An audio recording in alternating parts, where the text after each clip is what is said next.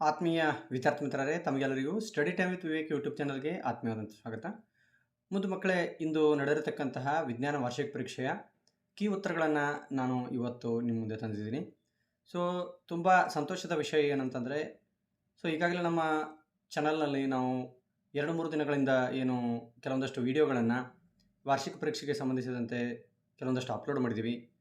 ಅದೇ ವಿಡಿಯೋಗಳಿಂದಲೇ ಕೆಲವೊಂದಷ್ಟು ಪ್ರಶ್ನೆಗಳು ಬಹಳಷ್ಟು ರಿಪೀಟ್ ಆಗಿರ್ತಕ್ಕಂಥದ್ದು, ಸುಮಾರು 40ರಿಂದ 50 ಅಂಕಗಳು ನಾವು ನಮ್ಮೇನು ವಿಡಿಯೋ ಪ್ರಸಾರ ಮಾಡಿದ್ವಿ ಅವುಗಳಿಂದಲೇ ಬಂದಿರತಕ್ಕಂಥದ್ದು ಬಹಳಷ್ಟು ಸಂತೋಷದಂತಹ ವಿಷಯವಾಗಿದೆ.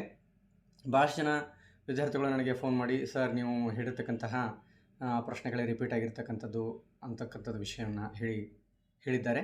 ಸೊ ಬಹಳಷ್ಟು ಸಂತೋಷ ಆಯಿತು. ಸೊ ಹಾಗಾದರೆ ಇವತ್ತಿನ ಈ ಒಂದು ಪರೀಕ್ಷೆಯಲ್ಲಿ ಯಾವ ರೀತಿಯ ಪ್ರಶ್ನೆಗಳನ್ನು ಕೇಳಲಾಗಿದೆ ಮತ್ತು ಯಾವ ರೀತಿ ಅವುಗಳಿಗೆ ಉತ್ತರಗಳನ್ನು ತಾವು ಬರೆದಿದ್ದೀರಿ ಅಂತ ನೋಡ್ತಾ ಹೋಗೋಣ. ಸೊ ಉತ್ತರಗಳನ್ನು ನೋಡಿ ನೀವು ಎಷ್ಟು ಅಂಕಗಳನ್ನು ಪಡೆದಿದ್ದೀರಿ ಅನ್ನುವಂಥದ್ದನ್ನು ನೋಡ್ತಾ ಹೋಗೋಣ. ಸೊ ಮೊದಲನೇದಾಗಿ ಭೌತ ವಿಜ್ಞಾನ ವಿಭಾಗದಲ್ಲಿ ಮೊದಲನೆಯ ಪ್ರಶ್ನೆ ಬಹು ಆಯ್ಕೆಯ ಪ್ರಶ್ನೆಗಳು. ಸೊ ಒಂದು ಮಸೂರದ ಸಾಮರ್ಥ್ಯ +2 ಡಯಾಪ್ಟರ್ ಆಗಿದೆ, ಆಗ ಆ ಮಸೂರದ ಸಂಗಮ ದೂರ ಎಷ್ಟು ಅನ್ನುವಂಥ ಪ್ರಶ್ನೆಯನ್ನು ಕೇಳಲಾಗಿದೆ. ಸೊ ಇಲ್ಲಿ ಸರಿಯಾದ ಉತ್ತರ 0.5 ಮೀಟರ್ ಅನ್ನುವಂಥದ್ದು. ಸೊ ಎ ಅನ್ನುವಂಥದ್ದು ಸರಿಯಾದ ಆಯ್ಕೆಯಾಗಿದೆ. ಸೊ ಇಲ್ಲಿ P=1/F ಸೂತ್ರವನ್ನು ಉಪಯೋಗಿಸಿಕೊಂಡು ಎಫ್ನ ಬೆಲೆಯನ್ನು ಇಲ್ಲಿ ಕಂಡುಹಿಡಿಯಬೇಕಾಗುತ್ತೆ. ಸೊ ಮುಂದಿನ ಪ್ರಶ್ನೆ, 20 ಡಿಗ್ರಿ ಸೆಲ್ಸಿಯಸ್ನಲ್ಲಿ ಕೆಲವು ವಸ್ತುಗಳ ರೋಧಶೀಲತೆಯನ್ನು ಕೆಳಗಿನ ಕೋಷ್ಟಕದಲ್ಲಿ ನೀಡಲಾಗಿದೆ. ಸೊ ಕೆಲವೊಂದು ವಸ್ತುಗಳ ರೋಧಶೀಲತೆ KLMN ಅಂತಕ್ಕಂಥ 4 ವಸ್ತುಗಳಿವೆ. ಅವುಗಳ ರೋಧಶೀಲತೆಗಳು ಕ್ರಮವಾಗಿ ತಾವು ಇಲ್ಲಿ ನೋಡ್ತಾ ಇದ್ದೀರಿ. 2.63, 5.20, 1.60, 6.84 ಇವೆಲ್ಲವುಗಳು ಆಯಾ ವಸ್ತುಗಳ ರೋಧಶೀಲತೆಗಳಾಗಿವೆ. ಸೊ ಇದಕ್ಕೆ ಸಂಬಂಧಪಟ್ಟಂತೆ ಕೇಳಿರ್ತಕ್ಕಂಥ ಪ್ರಶ್ನೆ ಏನಂತಂದರೆ, ಈ ವಸ್ತುಗಳಲ್ಲಿ ಅತ್ಯುತ್ತಮವಾದ ವಿದ್ಯುತ್ ವಾಹಕ ಯಾವುದು ಅನ್ನುವಂಥದ್ರ ಬಗ್ಗೆ ಕೇಳಲಾಗಿದೆ. ಸೊ ಯಾವ ವಸ್ತುವಿನ ರೋಧಶೀಲತೆ ಕಡಿಮೆ ಇದೆ, ಸೊ ಅದು ಒಂದು ಉತ್ತಮ ವಾಹಕ ಆಗಲಿಕ್ಕೆ ಯೋಗ್ಯವಾಗಿರ್ತಕ್ಕಂಥದ್ದು. ಸೊ ಆದ್ದರಿಂದ ಎಮ್ ಅಂತಕ್ಕಂಥದ್ದು 1.60 × 10⁻⁸ ಓಮ್ ಮೀಟರ್ ಅಂತಕ್ಕಂತಹ ರೋಧಶೀಲತೆಯನ್ನು ಹೊಂದಿರೋದ್ರಿಂದ ಸೊ ಎಮ್ ಅನ್ನುವಂತಹ ಆಯ್ಕೆ ಏನಿದೆ, ಸೊ ಇದು ಸರಿಯಾದ ಆಯ್ಕೆಯಾಗಿದೆ. Option C is the correct answer. So ಮುಂದಿನದಾಗಿ ನೋಡೋಣ, 1 ಅಂಕದ ಪ್ರಶ್ನೆಗಳು. ವಿದ್ಯುತ್ ಮಂಡಲದಲ್ಲಿ ಉಪಯೋಗಿಸುವ ಕೆಳಗಿನ ಘಟಕಗಳ ಚಿತ್ರವನ್ನು ಬರೆಯಿರಿ. ರಿಯೋಸ್ಟಾಟ್ ಮತ್ತು ಸೇರ್ಪಡೆ ಇಲ್ಲದ ದಾಟಿದ ತಂತಿ ಅಂತಕ್ಕಂಥದ್ದು. ಸೊ ರಿಯೋಸ್ಟಾಟ್ ಮತ್ತು ಸೇರ್ಪಡೆ ಇಲ್ಲದ ದಾಟಿದ ತಂತಿಗಳ ಬಗ್ಗೆ ತಮಗೆ ಈಗಾಗಲೇ ಗೊತ್ತಿದೆ. ಆಲ್ರೆಡಿ ನಮ್ಮ ಚಾನಲಲ್ಲಿ ನಾವು ಹೇಳಿದ್ವಿ. ಏನಂತಂದರೆ ಈ ವಿದ್ಯುತ್ ಮಂಡಲದಲ್ಲಿ ಬಳಸ್ತಕ್ಕಂಥ ಚಿಹ್ನೆಗಳನ್ನು ಚೆನ್ನಾಗಿ ಪ್ರಾಕ್ಟೀಸ್ ಮಾಡಿ, ಎರಡು ಪ್ರಶ್ನೆಗಳನ್ನು 2 ಚಿಹ್ನೆಗಳನ್ನು ಕೇಳಿ 1 ಅಂಕವನ್ನು ಕೇಳ್ತಕ್ಕಂಥ ಸಾಧ್ಯತೆ ಇದೆ ಅನ್ನುವಂಥದ್ದು. ಸೊ ತಾವೆಲ್ಲ ಬರೆದಿರ್ತೀರ ಅಂತಕ್ಕಂತಹ ವಿಷಯವನ್ನು ತಿಳಿಸ್ತಾ ಮುಂದಿನ ಪ್ರಶ್ನೆಯನ್ನು ನೋಡೋಣ. 4ನೇ ಪ್ರಶ್ನೆ, 5 ಸುತ್ತುಗಳನ್ನು ಹೊಂದಿರುವ ವಾಹಕ ತಂತಿ ಸುರುಳಿಯಿಂದ ಉಂಟಾದ ಕಾಂತಕ್ಷೇತ್ರವು 1 ಸುತ್ತು ಇರುವ ಸುರುಳಿಯಿಂದ ಉಂಟಾದ ಕಾಂತಕ್ಷೇತ್ರದಿಂದ ಎಷ್ಟು ಪಟ್ಟು ಅಧಿಕವಾಗಿರುತ್ತದೆ ಅನ್ನುವಂಥ ಪ್ರಶ್ನೆ ಕೇಳಲಾಗಿದೆ. ಸೊ ಇಲ್ಲಿ 5 ಪಟ್ಟು ಅಧಿಕವಾಗಿರುತ್ತದೆ ಅನ್ನುವಂತಹ ಉತ್ತರವನ್ನು ನಾವು ನೀಡಬಹುದು. ಎಷ್ಟು? 5 ಪಟ್ಟು ಹೆಚ್ಚಾಗಿರುತ್ತದೆ ಅನ್ನುವಂಥದ್ದು. ಇನ್ನು ಕೆಳಗಿನ ಪ್ರಶ್ನೆಗಳು ಉತ್ತರಿಸಿ 2 ಅಂಕದ ಪ್ರಶ್ನೆಗಳನ್ನು ನೋಡ್ತಾ ಹೋಗೋಣ. ಸೊ ಇಲ್ಲಿ 5ನೇ ಪ್ರಶ್ನೆ, ಕೆಳಗೆ ಕೊಟ್ಟಿರುವ ಚಿತ್ರವನ್ನು ಗಮನಿಸಿ. ಎ ಮತ್ತು ಬಿ ರೋಧಕಗಳಲ್ಲಿ ಯಾವ ರೋಧಕದ ಮೂಲಕ ಹೆಚ್ಚಿನ ವಿದ್ಯುತ್ ಪ್ರವಾಹವು ಹರಿಯುವುದು? ನಿಮ್ಮ ಉತ್ತರಕ್ಕೆ ಕಾರಣ ಕೊಡಿ ಅನ್ನುವಂಥದ್ದು. ಸೊ ತಾವಿಲ್ಲಿ ಮಂಡಲವನ್ನು ಗಮನಿಸ್ತಾ ಇದ್ದೀರಿ. 4 ಓಮ್ ಮತ್ತು 20 ಓಮ್ ರೋಧವನ್ನು ಹೊಂದಿರತಕ್ಕಂಥ 2 ರೋಧಕಗಳಿವೆ. ಸೊ ಈ ಎರಡರಲ್ಲಿ ಯಾವುದರಲ್ಲಿ ಹೆಚ್ಚು ವಿದ್ಯುತ್ ಹರಿಯುತ್ತದೆ ಅನ್ನುವಂಥ ಪ್ರಶ್ನೆಯನ್ನು ಕೇಳಲಾಗಿದೆ. ಸೊ ತಾವಿಲ್ಲಿ ಗಮನಿಸ್ಬೋದು, ಎ ಮತ್ತು ಬಿ ಇವೆರಡು ಸರಣಿ ಕ್ರಮದಲ್ಲಿರುವುದರಿಂದ ಸೊ ಯಾವಾಗ ಒಂದು ಮಂಡಲದಲ್ಲಿ ರೋಧಕಗಳು ಸರಣಿ ಕ್ರಮದಲ್ಲಿರುತ್ತವೆ, ಸೊ ಆವಾಗ ಮಂಡಲದ ಸಂಪೂರ್ಣ ಎಲ್ಲ ಬಿಂದುಗಳಲ್ಲಿಯೂ ಸಹ ಒಂದೇ ಪ್ರಮಾಣದ ವಿದ್ಯುತ್ತನ್ನು ಹರಿತಾ ಇರತಕ್ಕಂಥದ್ದನ್ನು ನಾವು ಗಮನಿಸ್ಬೋದು. ಸೊ ಈ ಕಾರಣದಿಂದಾಗಿ ಮಂಡಲದಲ್ಲಿ ಇರತಕ್ಕಂತಹ ವಿದ್ಯುತ್ ಪ್ರವಾಹ ಬೇರೆ ಬೇರೆ ಆಗಿರೋದಿಲ್ಲ, ಒಂದೇ ಆಗಿರುತ್ತೆ. ಎ ಮತ್ತು ಬಿ ಎರಡರಲ್ಲಿ ರೋಧಕಗಳಲ್ಲಿಯೂ ಸಹ ಸಮಾನ ಪ್ರಮಾಣದ ವಿದ್ಯುತ್ ಹರಿತಾ ಇರುತ್ತೆ. ಸೊ ಇದಕ್ಕೆ ಕಾರಣ ಏನು ಅಂತಂದರೆ, ಸರಣಿ ಮಂಡಲದ ಪ್ರತಿ ಬಿಂದುವಿನಲ್ಲಿ ವಿದ್ಯುತ್ ಪ್ರವಾಹವು ಒಂದೇ ತೆರನಾಗಿರುತ್ತದೆ ಅನ್ನುವಂಥದ್ದು. ಸೊ ಮುಂದಿನ ಪ್ರಶ್ನೆ, ಅಪಾಯದ ಸಂಕೇತ ದೀಪಗಳ ಬಣ್ಣ ಯಾವುದು? ಆ ಬಣ್ಣವನ್ನು ಏಕೆ ಬಳಸಲಾಗುವುದು ಅನ್ನುವಂಥದ್ದು. ಸೊ ಅಪಾಯದ ಸಂಕೇತ ದೀಪಗಳ ಬಣ್ಣ ಯಾವಾಗಲೂ ಕೆಂಪು ಬಣ್ಣದಲ್ಲಿರುತ್ತದೆ. ಇದಕ್ಕೆ ಕಾರಣ ಏನಂತಂದರೆ, ಕೆಂಪು ಬೆಳಕು ಅತಿ ಹೆಚ್ಚು ತರಂಗ ದೂರವನ್ನು ಹೊಂದಿದ್ದು ಮಂಜು ಅಥವಾ ಹೊಗೆಯಿಂದ ಅತಿ ಕಡಿಮೆ ಚದುರುವಿಕೆಗೆ ಒಳಗಾಗುತ್ತದೆ. ಆದ್ದರಿಂದ ಇದು ದೂರದಿಂದಲೂ ಸಹ ಸ್ಪಷ್ಟವಾಗಿ ಕಾಣುತ್ತದೆ ಅನ್ನುವಂತಹ ಕಾರಣದಿಂದ ಕೆಂಪು ಬಣ್ಣವನ್ನು ಬಳಸುತ್ತಾರೆ. ಇನ್ನು ಫ್ಲೆಮಿಂಗನ ಎಡಗೈ ನಿಯಮವನ್ನು ನಿರೂಪಿಸಿ ಅನ್ನುವಂಥ ಪ್ರಶ್ನೆಯನ್ನು ಕೇಳಲಾಗಿದೆ. ಎಡಗೈನ ತೋರು ಬೆರಳು, ಮಧ್ಯದ ಬೆರಳು ಮತ್ತು ಹೆಬ್ಬೆರಳುಗಳನ್ನು ಪರಸ್ಪರ ಲಂಬವಾಗಿ ಹಿಡಿದಾಗ ತೋರು ಬೆರಳು ಕಾಂತಕ್ಷೇತ್ರ ದಿಕ್ಕನ್ನು, ಮಧ್ಯದ ಬೆರಳು ವಿದ್ಯುತ್ ಪ್ರವಾಹ ದಿಕ್ಕನ್ನು ಸೂಚಿಸಿದರೆ ಈ ಹೆಬ್ಬೆರಳು ಅನ್ನುವಂಥದ್ದು ಏನಿದೆ ವಾಹಕದ ಚಲನೆಯ ನೇರವನ್ನು ಸೂಚಿಸುತ್ತದೆ ಅನ್ನುವಂಥದ್ದು. ಇನ್ನು ಅದರಲ್ಲಿ ಬಿ ಅನ್ನುವಂಥದ್ದು ಮತ್ತೊಂದು ಪ್ರಶ್ನೆಯನ್ನು ಕೇಳಲಾಗಿದೆ. ನಮ್ಮ ದೇಶದಲ್ಲಿ ಗ್ರಹ ವಿದ್ಯುತ್ ಮಂಡಲದಲ್ಲಿ ಸಜೀವ ತಂತಿ ಮತ್ತು ತಟಸ್ಥ ತಂತಿಗಳ ನಡುವಿನ ವಿಭವಾಂತರ ಎಷ್ಟು ಇರುತ್ತದೆ ಅಂತಕ್ಕಂಥದ್ದು 220 ವೋಲ್ಟ್ ಇರತಕ್ಕಂಥದ್ದು ಅನ್ನುವಂಥದ್ದನ್ನು ನಾವಿಲ್ಲಿ ಹೇಳ್ಬೋದು. ಇನ್ನು 3 ಅಂಕದ ಪ್ರಶ್ನೆಗಳು ಕೆಳಗಿನ ಪ್ರಶ್ನೆಗಳಿಗೆ ಉತ್ತರಿಸಿ ಅನ್ನುವಂಥದ್ದು. ಪ್ರೆಸ್ಬಯೋಪಿಯಾ ಎಂದರೇನು, ಈ ದೋಷಕ್ಕೆ ಕಾರಣಗಳೇನು ಅನ್ನುವಂತಹ ಮತ್ತು ಈ ದೋಷಕ್ಕೆ ಒಂದು ಪರಿಹಾರವನ್ನು ಸೂಚಿಸಿ ಎನ್ನುವಂಥದ್ದು. ಸೊ ವಯಸ್ಸಾದಂತೆ ಕಣ್ಣಿನ ಸಮಂಜಸ ಸಾಮರ್ಥ್ಯ ಕಡಿಮೆಯಾಗಿ ಹತ್ತಿರದ ವಸ್ತುಗಳನ್ನು ಸ್ಪಷ್ಟವಾಗಿ ನೋಡಲಾಗದ ಸ್ಥಿತಿಯನ್ನು ನಾವು ಪ್ರೆಸ್ಬಯೋಪಿಯಾ ಅಂತ ಹೇಳಿ ಕರಿತೀವಿ. ಇದಕ್ಕೆ ಕಾರಣ ಸೀಲಿಯರಿ ಸ್ನಾಯುಗಳು ದುರ್ಬಲಗೊಳ್ಳುವುದು ಮತ್ತು ಕಣ್ಣಿನ ಮಸೂರದ ನಮ್ಯತೆ ಕಡಿಮೆ ಆಗೋದು. ಸೊ ಇದಕ್ಕೆ ದ್ವಿಸಂಗಮ ಮಸೂರವನ್ನು ಬಳಸ್ತೀವಿ, ಇದನ್ನು ಸರಿಪಡಿಸ್ಬೋದು ಅನ್ನುವಂಥದ್ದು. ಇನ್ನು ಅದೇ ರೀತಿಯಾಗಿ ಸಮೀಪ ದೃಷ್ಟಿ ಅಂದರೇನು, ಈ ದೋಷಕ್ಕೆ ಕಾರಣಗಳೇನು, ಈ ದೋಷವನ್ನು ಹೇಗೆ ಸರಿಪಡಿಸ್ಬೋದು ಅನ್ನುವಂಥದ್ದು. ಸೊ ನಮ್ಮ ಚಾನಲಲ್ಲಿ ನಾವು ಇದನ್ನು ರಿಪೀಟ್ ಮಾಡಿದ್ವಿ. ಸೊ ಅದೇ ಪ್ರಶ್ನೆಯನ್ನು ಕೇಳಲಾಗಿದೆ. ಸಮೀಪ ದೃಷ್ಟಿ ಅಂತಂದರೆ ಸಮೀಪದ ವಸ್ತುಗಳು ಸ್ಪಷ್ಟವಾಗಿ ಕಾಣಿಸುತ್ತವೆ, ಅದು ದೂರದ ವಸ್ತುಗಳು ಅಸ್ಪಷ್ಟವಾಗಿ ಕಾಣಿಸುತ್ತವೆ. ಈ ದೋಷಕ್ಕೆ ಕಾರಣಗಳೇನು ಅಂತ ನೋಡಿದಾಗ ಸೊ ಮಸೂರದ ವಿಪರೀತ ವಕ್ರತೆ ಮತ್ತು ಕಣ್ಣುಗುಡ್ಡೆಯು ಅಗತ್ಯಕ್ಕಿಂತ ದೊಡ್ಡದಾಗಿರ್ತಕ್ಕಂಥ ಅಥವಾ ಉದ್ದವಾಗಿರ್ತಕ್ಕಂಥದ್ದು. ಈ ದೋಷವನ್ನು ಸರಿಪಡಿಸಲಿಕ್ಕೆ ನಾವು ನಿಮ್ನ ಮಸೂರವನ್ನು ಬಳಸ್ತೀವಿ ಅನ್ನುವಂಥದ್ದು. ಸೊ ಇನ್ನು ಮುಂದಿನ ಪ್ರಶ್ನೆ 9ನೇ ಪ್ರಶ್ನೆ, ಫ್ಯೂಸ್ ಎಂದರೇನು, ವಿದ್ಯುತ್ ಮಂಡಲದಲ್ಲಿ ಓವರ್ಲೋಡ್ ಮತ್ತು ಹ್ರಸ್ವ ಮಂಡಲ ಉಂಟಾಗಲು ಕಾರಣಗಳೇನು ಅನ್ನುವಂಥದ್ದು. ಸೊ ಮಂಡಲದಲ್ಲಿ ಅತಿಯಾದ ವಿದ್ಯುತ್ ಹರಿದಾಗ ಕರಗಿ ವಿದ್ಯುತ್ ಸಂಪರ್ಕವನ್ನು ಕಡಿತಗೊಳಿಸ್ತಕ್ಕಂಥ ಉಪಕರಣವನ್ನು ಫ್ಯೂಸ್ ಅಂತ ಹೇಳಿ ಕರಿತೀವಿ. ಸೊ ವಿದ್ಯುತ್ ಮಂಡಲ ಓವರ್ಲೋಡ್ ಮತ್ತು ಹ್ರಸ್ವ ಮಂಡಲ ಉಂಟಾಗಲು ಕಾರಣಗಳೇನು ಅನ್ನುವಂಥ ಪ್ರಶ್ನೆ ಕೇಳಾಗ ಸಜೀವ ಮತ್ತು ತಟಸ್ಥ ತಂತಿಗಳು ನೇರವಾಗಿ ಒಂದಕ್ಕೊಂದು ತಾಗಿದಾಗ ಅಥವಾ ಒಂದಕ್ಕೊಂದು ನೇರ ಸಂಪರ್ಕಕ್ಕೆ ಬಂದಾಗ ಅಥವಾ ಒಂದೇ ಸರ್ಕ್ಯೂಟ್ನಲ್ಲಿ ಹೆಚ್ಚು ವಿದ್ಯುತ್ ಉಪಕರಣಗಳನ್ನು ಬಳಸಿದಾಗಲೂ ಸಹ ಓವರ್ಲೋಡ್ ಉಂಟಾಗುತ್ತದೆ.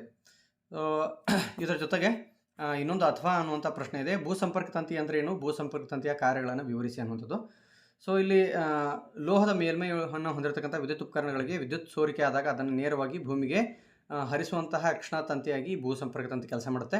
ಸೊ ಇದರ ಕಾರ್ಯ ವಿದ್ಯುತ್ ಪ್ರವಾಹಕ್ಕೆ ಕಡಿಮೆ ರೋಧದ ಮಾರ್ಗವನ್ನು ಒದಗಿಸುತ್ತದೆ. ಇದರಿಂದ ಉಪಕರಣಗಳ ಬಳಸುವವರಿಗೆ ತೀವ್ರ ವಿದ್ಯುತ್ ಆಘಾತ ಆಗೋದಿಲ್ಲ ಅನ್ನುವಂಥದ್ದು. ಸೊ ಇನ್ನು 10ನೇ ಪ್ರಶ್ನೆ ನೋಡಿದಾಗ ಒಂದು ನಿಮ್ನ ದರ್ಪಣದ ಸಿಯಲ್ಲಿ ವಸ್ತುವೊಂದನ್ನು ಇರಿಸಿದಾಗ ಪ್ರತಿಬಿಂಬ ಉಂಟಾಗುವ ತೋರಿಸುವ ರೇಖಾ ಚಿತ್ರವನ್ನು ಬರೆಯಿರಿ, ಉಂಟಾಗುವ ಪ್ರತಿಬಿಂಬ ಸ್ವಭಾವವನ್ನು ಬರೆಯಿರಿ ಅನ್ನುವಂಥದ್ದು. ಸೊ ಸ್ವಭಾವವನ್ನು ನೋಡಿದಾಗ ವಸ್ತುವಿನಷ್ಟೇ ಗಾತ್ರವನ್ನು ಹೊಂದಿರುತ್ತದೆ, ಸತ್ಯ ತಲೆಕೆಳಕಾದ ಪ್ರತಿಬಿಂಬವನ್ನು ಇದು ಹೊಂದಿರುತ್ತದೆ ಅನ್ನುವಂಥದ್ದು. ಸೊ ಇನ್ನು ರೇಖಾನಕ್ಷೆ ಅಂತೂ ತಾವು ಪ್ರಾಕ್ಟೀಸ್ ಮಾಡೇ ಇರ್ತೀರಿ. ಸೊ ಮುಂದಿನ ಪ್ರಶ್ನೆ ನೋಡೋಣ. 11ನೇ ಪ್ರಶ್ನೆ, 4 ಅಂಕದ ಪ್ರಶ್ನೆಗಳು. ಸೊ ಬೆಳಕಿನ ವಕ್ರೀಭವನದ ನಿಯಮಗಳನ್ನು ನಿರೂಪಿಸಿ, ಪೀನದರ್ಪಣ ಮತ್ತು ನಿಮ್ನ ಮಸೂರಗಳ ನಡುವಿನ ಯಾವುದಾದ್ರೂ 2 ವ್ಯತ್ಯಾಸಗಳನ್ನು ಬರೀರಿ. ಇದನ್ನು ಸಹ ನಾವು ನಮ್ಮ ಚಾನಲಲ್ಲಿ ತಿಳಿಸಲಾಗಿತ್ತು. ಸೊ ಹಾಗಾದರೆ ವಕ್ರೀಭವನದ ನಿಯಮವನ್ನು ನೋಡೋಣ. ಪತನ ಕಿರಣ, ವಕ್ರೀಭವನ ಕಿರಣ ಮತ್ತು 2 ಮಾಧ್ಯಮಗಳ ಸಂಪರ್ಕ ಮೇಲ್ಮೈಗೆ ಪತನ ಬಿಂದುವಿನಲ್ಲಿ ಎಳೆದ ಲಂಬ ಇವೆಲ್ಲವೂ ಒಂದೇ ಸಮತಲದಲ್ಲಿರುತ್ತವೆ ಅನ್ನುವಂಥದ್ದು. ಇನ್ನೊಂದು ನಿಯಮ, ನೀಡಿರುವ ನಿರ್ದಿಷ್ಟ ಬಣ್ಣ ಮತ್ತು ನೀಡಿರುವ ಜೋಡಿ ಮಾಧ್ಯಮಗಳಿಗೆ ಪತನ ಕೋಣದ ಸೈನ್ ಮತ್ತು ವಕ್ರೀಮ ಕೋಣದ ಸೈನ್ಗಳ ನಡುವಿನ ಅನುಪಾತ ಯಾವಾಗಲೂ ಸ್ಥಿರವಾಗಿರುತ್ತದೆ. ಇದನ್ನು ಸ್ನೇಲ್ ನಿಯಮ ಅಂತ ಹೇಳಿ ಕರಿತೀವಿ. ಇನ್ನು ಪೀನದರ್ಪಣ ಬೆಳಕನ್ನು ಪ್ರತಿಫಲಿಸುತ್ತದೆ. ಸೊ ಯಾವಾಗಲೂ ಮಿಥ್ಯ ಮತ್ತು ಚಿಕ್ಕ ಪ್ರತಿಬಿಂಬವನ್ನು ಉಂಟು ಮಾಡುತ್ತದೆ. ಪೀನ ಮಸೂರವು ಬೆಳಕನ್ನು ವಕ್ರೀಭವಿಸುತ್ತದೆ. ಆಮೇಲೆ ವಸ್ತುವಿನ ಸ್ಥಾನವನ್ನು ಅವಲಂಬಿಸಿ ಸತ್ಯ ಅಥವಾ ಮಿಥ್ಯ, ದೊಡ್ಡ ಮತ್ತು ಚಿಕ್ಕ ಪ್ರತಿಬಿಂಬಗಳನ್ನು ಸಹ ಇದು ಉಂಟು ಮಾಡುತ್ತದೆ ಅನ್ನುವಂಥದ್ದು. ಇನ್ನು ಅದರ ಜೊತೆಗೆ ಅಥವಾ ಅನ್ನುವಂಥ ಮತ್ತೊಂದು ಪ್ರಶ್ನೆಯನ್ನು ನೀಡಲಾಗಿದೆ. ವರ್ಧನೆ ಎಂದರೇನು, ಒಂದು ಮಸೂರದಿಂದ ಉಂಟಾಗುವ ಪ್ರತಿಬಿಂಬದ ವರ್ಧನೆಯನ್ನು ಕಂಡುಹಿಡಿಯಲು ಬಳಸ್ತಕ್ಕಂಥ ಸೂತ್ರವನ್ನು ಬರೆಯಿರಿ ಅನ್ನುವಂಥದ್ದು. ಸೊ ಇಲ್ಲಿ ವರ್ಧನೆ ಅಂತಕ್ಕಂಥದ್ದು ಪ್ರತಿಬಿಂಬದ ಎತ್ತರ ಮತ್ತು ವಸ್ತುವಿನ ಎತ್ತರಗಳ ನಡುವಿನ ಅನುಪಾತವನ್ನು ನಾವು ವರ್ಧನೆ ಅಂತ ಕರಿತೀವಿ. ಮಸೂರದ ವರ್ಧನೆಯ ಸೂತ್ರ m=v/u ಅನ್ನುವಂಥದ್ದು. ಸೊ ಬೆಳಕಿನ ಪ್ರತಿಫಲನದ ನಿಯಮ ಬರೆಯಿರಿ ಅನ್ನುವಂಥ ಇನ್ನೊಂದು ಪ್ರಶ್ನೆಯನ್ನು ಕೇಳಲಾಗಿದೆ. ಪತನ ಕೋನವು ಪ್ರತಿಫಲನದ ಕೋನಕ್ಕೆ ಸಮವಾಗಿರುತ್ತದೆ. ಪತನ ಕಿರಣ ದರ್ಪಣದ ಮೇಲೆ ಪತನ ಕಿರಣ, ಪ್ರತಿಫಲನ ಕಿರಣ ಮತ್ತು 2 ಮಾಧ್ಯಮಗಳ ಸಂಪರ್ಕ ಮೇಲ್ಮೈಗೆ ಪತನ ಬಿಂದುವಿನಲ್ಲಿ ಎಳೆದ ಲಂಬ ಇವು 3 ಒಂದೇ ಸಮತಲದಲ್ಲಿ ಇರುತ್ತವೆ ಅನ್ನುವಂಥದ್ದು. ಸೊ ಮುಂದಿನ ಪ್ರಶ್ನೆ, ಒಂದು ವಿದ್ಯುತ್ ಮಂಡಲದಲ್ಲಿ 2 ಓಮ್ ರೋಧವಿರುವ 2 ರೋಧಕಗಳನ್ನು ಮೊದಲು ಸರಣಿ ಕ್ರಮದಲ್ಲಿ ನಂತರ ಸಮಾಂತರ ಕ್ರಮದಲ್ಲಿ 6 ವೋಲ್ಟ್ ವಿಭವಾಂತರಕ್ಕೆ ಸಂಪರ್ಕಿಸಲಾಗಿದೆ. ಸರಣಿ ಮತ್ತು ಸಮಾಂತರ ಜೋಡಣೆಯಲ್ಲಿ ಈ ಮಂಡಲದ ವಿದ್ಯುತ್ ಸಾಮರ್ಥ್ಯವನ್ನು ಕಂಡುಹಿಡಿಯಿರಿ ಅನ್ನುವಂತಹ ಪ್ರಶ್ನೆಯನ್ನು ಕೇಳಲಾಗಿದೆ. ಸೊ ಇದು 4 ಅಂಕಕ್ಕೆ ಇರತಕ್ಕಂಥ ಪ್ರಶ್ನೆ. ಸೊ ತಾವಿಲ್ಲಿ ಗಮನಿಸ್ಬೋದು, R1 ಮತ್ತು R2 ಅಂತಕ್ಕಂಥ 2 ರೋಧಕಗಳಿವೆ. ಇವುಗಳ ವಿಭವಾಂತರಗಳು ರೋಧಗಳು 2 ಓಮ್ಗಳಾಗಿವೆ ಮತ್ತು 6 ವೋಲ್ಟ್ ಬ್ಯಾಟ್ರಿಯನ್ನು ಹೊಂದಿರತಕ್ಕಂಥದ್ದು. ಮೊದಲೇ ಸರಣಿ ಕ್ರಮದಲ್ಲಿ ಇದನ್ನು ಜೋಡಿಸಿದಾಗ ಸೊ 2 + 2 4 ಓಮ್ ಆಗುತ್ತೆ. ಸೊ ವಿದ್ಯುತ್ ಸಾಮರ್ಥ್ಯವನ್ನು ಕಂಡುಹಿಡಿಯಬೇಕಾದ್ರೆ ನಮಗೆ ಸಹಾಯ ಮಾಡ್ತಕ್ಕಂಥ ಸೂತ್ರ P=V²/R. ಸೊ V² ಅಂತಂದರೆ ವೋಲ್ಟೇಜ್ ಇದೆ, ಆ ವೋಲ್ಟೇಜನ್ನು 2 ಸಾರಿ ಗುಣಾಕಾರ ಮಾಡಬೇಕು ಅಂದರೆ V² ಇರೋದ್ರಿಂದ ಸೊ 36 ಬರುತ್ತೆ. ಕೆಳಗಡೆ ಒಟ್ಟು ರೋಧ 4 ಓಮ್ ಇರುತ್ತೆ, ಆದ್ದರಿಂದ ಬರ್ತಕ್ಕಂತಹ ಸಾಮರ್ಥ್ಯ 9 ವ್ಯಾಟ್. ಸೊ ಅದರ ಜೊತೆಗೆ ನೋಡಿರಿ, ಒಂದನೇದು ಉತ್ತರ ಏನು ಬರುತ್ತೆ, 9 ವ್ಯಾಟ್ ಬರುತ್ತೆ. ಸೊ ಯಾರ್ದು 9 ವ್ಯಾಟ್ ಉತ್ತರ ಬಂದಿದ್ರೆ ಅದು ಸರಿಯಾಗಿದೆ. ಸೊ ಅದರ ಜೊತೆಗೆ ಸಮಾಂತರದಲ್ಲಿ ಜೋಡಿಸಿದಾಗ so 1/Rp = 1/R1 + 1/R2. So ಅಲ್ಲಿ ಬರ್ತಕ್ಕಂತಹ ರೆಸಿಸ್ಟೆನ್ಸ್ ಎಷ್ಟಂದರೆ 1 ಓಮ್ ಬರುತ್ತೆ. ರೆಸಿಸ್ಟೆನ್ಸ್ 1 ಓಮ್ ಬರುತ್ತೆ. ಇನ್ನು ಸಾಮರ್ಥ್ಯವನ್ನು ನೋಡಿದಾಗ ಸಾಮರ್ಥ್ಯ P = V²/RP ಅಂತಕ್ಕಂಥದ್ದು. V² ಆಲ್ರೆಡಿ ನಾನು 36 ಅಂತ ಹೇಳಿದ್ದೀನಿ. 36/1 ಅಂತ ಬಂದಾಗ ಸೊ ಉತ್ತರ ಬರುತ್ತೆ 36 ವ್ಯಾಟ್. ಸೊ ಮೊದಲೇದು ಸರಣಿ ಜೋಡಣೆಯ ಉತ್ತರ 9 ವ್ಯಾಟ್ ಆದರೆ ಸರಣಿ ಜೋಡಣೆಯಲ್ಲಿ ಅದರ ಸಾಮರ್ಥ್ಯ 9 ವ್ಯಾಟ್ ಆದರೆ ಸಮಾಂತರ ಜೋಡಣೆಯಲ್ಲಿ ಅದರ ಸಾಮರ್ಥ್ಯ 36 ವ್ಯಾಟ್ ಬರುತ್ತೆ. ಸೊ ನೆಕ್ಸ್ಟ್ ಕ್ವೆಶನನ್ನು ನೋಡ್ತಾ ಹೋಗೋಣ. ಸೊ ರಸಾಯನಶಾಸ್ತ್ರ ವಿಭಾಗ ಕೆಳಗಿನ ಪ್ರಶ್ನೆಗಳಿಗೆ ಬಹು ಆಯ್ಕೆ ಪ್ರಶ್ನೆಗಳ ಉತ್ತರಿಸಿ ಅನ್ನುವಂಥದ್ದು. ಸೊ 13ನೇ ಪ್ರಶ್ನೆ, ವಸ್ತುವಿಗೆ ಸಾರಯುಕ್ತ ಸಲ್ಫ್ಯೂರಿಕ್ ಆಮ್ಲವನ್ನು ಬೆರೆಸಿದಾಗ ಬಿಡುಗಡೆಯಾಗುವ ಅನಿಲ ಯಾವುದು ಅನ್ನುವಂಥದ್ದು. ಸೊ ಇಲ್ಲಿ ಬಿಡುಗಡೆ ಆಗ್ತಕ್ಕಂತಹ ಅನಿಲ ಹೈಡ್ರೋಜನ್ ಅನಿಲ ಅನ್ನುವಂಥದ್ದು. ಸೊ ಮುಂದಿನ ಪ್ರಶ್ನೆ 14ನೇ ಪ್ರಶ್ನೆ, ಶುದ್ಧ ಕಬ್ಬಿಣವನ್ನು ಕಠಿಣ ಮತ್ತು ಬಲಯುತವಾಗಿಸಲು ಸೊ ಆಯ್ಕೆಗಳಲ್ಲಿ ಸರಿಯಾದ ಆಯ್ಕೆ ನಿಗದಿತ ಪ್ರಮಾಣದಲ್ಲಿ ಕಾರ್ಬನನ್ನು ಸೇರಿಸಲಾಗುವುದು ಅನ್ನುವಂಥದ್ದು. ಸೊ ಸೇರಿಸುವುದರಿಂದ ಅದು ಕಠಿಣ ಮತ್ತು ಬಲಯುತವಾಗುತ್ತದೆ ಅನ್ನುವಂಥದ್ದು. ಸೊ 15ನೇ ಪ್ರಶ್ನೆ, ಇತರ ಕಾರ್ಬನ್ ಪರಮಾಣುಗಳೊಂದಿಗೆ ಬಂಧಗಳನ್ನು ರಚಿಸಿಕೊಂಡು ದೊಡ್ಡ ಅಣುಗಳನ್ನು ಉಂಟು ಮಾಡುವ ಕಾರ್ಬನ್ನ ವಿಶೇಷ ಗುಣಕ್ಕೆ ನಾವು ಕೆಟನೀಕರಣ ಅಂತ ಹೇಳಿ ಕರಿತೀವಿ. ಕೆಟನೀಕರಣ ಸರಿಯಾದ ಆಯ್ಕೆ ಆಗಿರ್ತದೆ. ಮುಂದಿನ ಪ್ರಶ್ನೆ 1 ಅಂಕದ ಪ್ರಶ್ನೆಗಳು. C3H7COOH ಅಣುವಿನಲ್ಲಿರುವ ಏಕಬಂಧ ಮತ್ತು ದ್ವಿಬಂಧಗಳು ಎಷ್ಟು ಅನ್ನುವಂಥದ್ದು. ಸೊ 7 ಏಕಬಂಧಗಳು ಮತ್ತು 1 ದ್ವಿಬಂಧ. ನೋಡ್ರಿ 7 ಏಕಬಂಧಗಳಿರ್ತವೆ ಮತ್ತು 1 ದ್ವಿಬಂಧ ಇರುತ್ತೆ ಅನ್ನುವಂಥದ್ದು. ಸೊ ಮುಂದಿನ ಪ್ರಶ್ನೆ, ಕೊಟ್ಟಿರುವ ಸಮೀಕರಣವನ್ನು ಗಮನಿಸಿ. WPB another device gives X PbO + Y NO2 + ZO2. ಈ ಸಮೀಕರಣವನ್ನು ಸರಿದೂಗಿಸಿದಾಗ W, X, Y ಮತ್ತು Z ಸ್ಥಾನಗಳಲ್ಲಿನ ಅಣುಗಳ ಸಂಖ್ಯೆಗಳು ಕ್ರಮವಾಗಿ ಯಾವುದಾಗಿರುತ್ತದೆ ಅನ್ನುವಂತಹ ಪ್ರಶ್ನೆಯನ್ನು ಕೇಳಲಾಗಿದೆ. ಸೊ W ಎಷ್ಟಿದೆ ಅಂತ 2 ಬರುತ್ತೆ, X ಅನ್ನುವಂಥದ್ದು 2 ಇರುತ್ತೆ, ಸೊ Y ಅನ್ನುವಂಥದ್ದು 4 ಇರುತ್ತೆ, Z ಅನ್ನುವಂಥದ್ದು 1 ಇರುತ್ತೆ. ಸೊ ಮುಂದಿನ ಪ್ರಶ್ನೆ 18ನೇ ಪ್ರಶ್ನೆ, ಮ್ಯಾಗ್ನೀಸ್ ಲೋಹದ ಉದಾಹರಣೆಯಲ್ಲಿ ಅಲ್ಯೂಮಿನಿಯಂ ಮತ್ತು ತಾಮ್ರ ಇವುಗಳಲ್ಲಿ ಯಾವ ಲೋಹವನ್ನು ಅಪಕರ್ಷಣಕಾರಿಯಾಗಿ ಬಳಸಲಾಗುವುದು ಏಕೆ ಅನ್ನುವಂಥ ಪ್ರಶ್ನೆ. ಸೊ ಅಲ್ಯೂಮಿನಿಯಮನ್ನು ಅಪಕರ್ಷಣಕಾರಿಯಾಗಿ ಬಳಸಲಾಗುತ್ತದೆ ಏಕೆಂದರೆ ಅಲ್ಯೂಮಿನಿಯಂ ಮ್ಯಾಂಗ್ನೀಸ್ಗಿಂತ ಹೆಚ್ಚು ಕ್ರಿಯಾಶೀಲವಾಗಿದೆ ಮತ್ತು ಅದು ಆಕ್ಸೈಡ್ನಿಂದ ಮ್ಯಾಂಗ್ನೀಸನ್ನು ಸ್ಥಾನಪಲ್ಲಟಗೊಳಿಸುತ್ತದೆ ಅನ್ನುವಂಥದ್ದು. ಸೊ ಮುಂದಿನ ಪ್ರಶ್ನೆ 2 ಅಂಕದ ಪ್ರಶ್ನೆಗಳು. ಆಮ್ಲವನ್ನು ಸಾರಯುಕ್ತಗೊಳಿಸುವಾಗ ಆಮ್ಲಕ್ಕೆ ನೀರನ್ನು ಸೇರಿಸಬಾರದು ಏಕೆ ಅನ್ನುವಂತಹ ಪ್ರಶ್ನೆ. ಆಮ್ಲಕ್ಕೆ ನೀರನ್ನು ಸೇರಿಸುವುದು ಅತಿ ಹೆಚ್ಚಿನ ಬಹಿರುಷ್ಣಕ ಕ್ರಿಯೆಯಾಗಿದೆ. ಬಿಡುಗಡೆ ಆಗ್ತಕ್ಕಂಥ ಏನು ಉಷ್ಣ ಇದೆ, ಉಷ್ಣದಿಂದಾಗಿ ಮಿಶ್ರಣವು ಹೊರಸಿಡಿಯುವಂಥ ಸಾಧ್ಯತೆ ಇರುತ್ತೆ ಮತ್ತು ಸುಟ್ಟ ಗಾಯಗಳು ಆಗುವಂಥ ಸಾಧ್ಯತೆ ಇರುತ್ತೆ, ಗಾಜಿನ ಪಾತ್ರೆಯು ಒಡೆಯುವಂತಹ ಸಾಧ್ಯತೆ ಇರುತ್ತೆ. ಸೊ ಈ ಎಲ್ಲ ಕಾರಣಗಳಿಂದ ಆಮ್ಲವನ್ನು ಸಾರಯುಕ್ತಗೊಳಿಸುವಾಗ ಆಮ್ಲಕ್ಕೆ ನೀರನ್ನು ಸೇರಿಸಬಾರದು. ಮುಂದಿನ ಪ್ರಶ್ನೆ 20ನೇ ಪ್ರಶ್ನೆ, ಈಥೇನಿನ ಒಂದು ಹೈಡ್ರೋಜನ್ ಪರಮಾಣುವನ್ನು CHO ಗುಂಪಿನಿಂದ ಸ್ಥಾನಪಲ್ಲಟಗೊಳಿಸಿದಾಗ ಉಂಟಾಗುವ ಸಂಯುಕ್ತದ ಹೆಸರು, ಅಣುಸೂತ್ರ ಮತ್ತು ರಚನಾ ಸೂತ್ರವನ್ನು ಬರೆಯಿರಿ ಅನ್ನುವಂಥದ್ದು. ಈಥೇನಿನ ಒಂದು ಹೈಡ್ರೋಜನ್ ಪರಮಾಣುವನ್ನು CHO ಗುಂಪಿನಿಂದ ಸ್ಥಾನಪಲ್ಲಟಗೊಳಿಸಿದಾಗ ಉಂಟಾಗುವ ಸಂಯುಕ್ತದ ಹೆಸರು ಏನು ಅಂತಕ್ಕಂಥ ನೋಡಿದಾಗ ಸೊ ಅದರ ಸಂಯುಕ್ತದ ಹೆಸರು ಪ್ರೊಪೆನ್ಯಾಲ್ ಅನ್ನುವಂಥದ್ದು. ಇನ್ನು ಅದರ ಅಣುಸೂತ್ರ CH3CH2CHO ಅನ್ನುವಂಥದ್ದು. ಸೊ ಇನ್ನು ಅದರ ರಚನಾ ಸೂತ್ರ ಅಂತೂ ತಾವು ಬರಿಬೋದು ಅಂತ ಅಂದ್ಕೊತೀನಿ. ಸೊ ಮುಂದಿನ ಪ್ರಶ್ನೆ, ಹುರಿಯುವಿಕೆ ಮತ್ತು ಕಾಸುವಿಕೆಗಳ ನಡುವಿನ ಯಾವುದಾದರೂ 2 ವ್ಯತ್ಯಾಸಗಳನ್ನು ಬರೆಯಿರಿ ಅನ್ನುವಂಥ ಪ್ರಶ್ನೆ. ಸೊ ಸಲ್ಫೈಡ್ ಅದಿರನ್ನು ಹೆಚ್ಚಿನ ಪ್ರಮಾಣದಲ್ಲಿ ಗಾಳಿಯ ಉಪಸ್ಥಿತಿಯಲ್ಲಿ ಕಾಸಿ ಆಕ್ಸೈಡ್ ಆಗಿ ಪರಿವರ್ತಿಸುವಂಥ ಕ್ರಿಯೆಗೆ ಹುರಿಯುವಿಕೆ ಅಂತ ಕರೀತಾರೆ.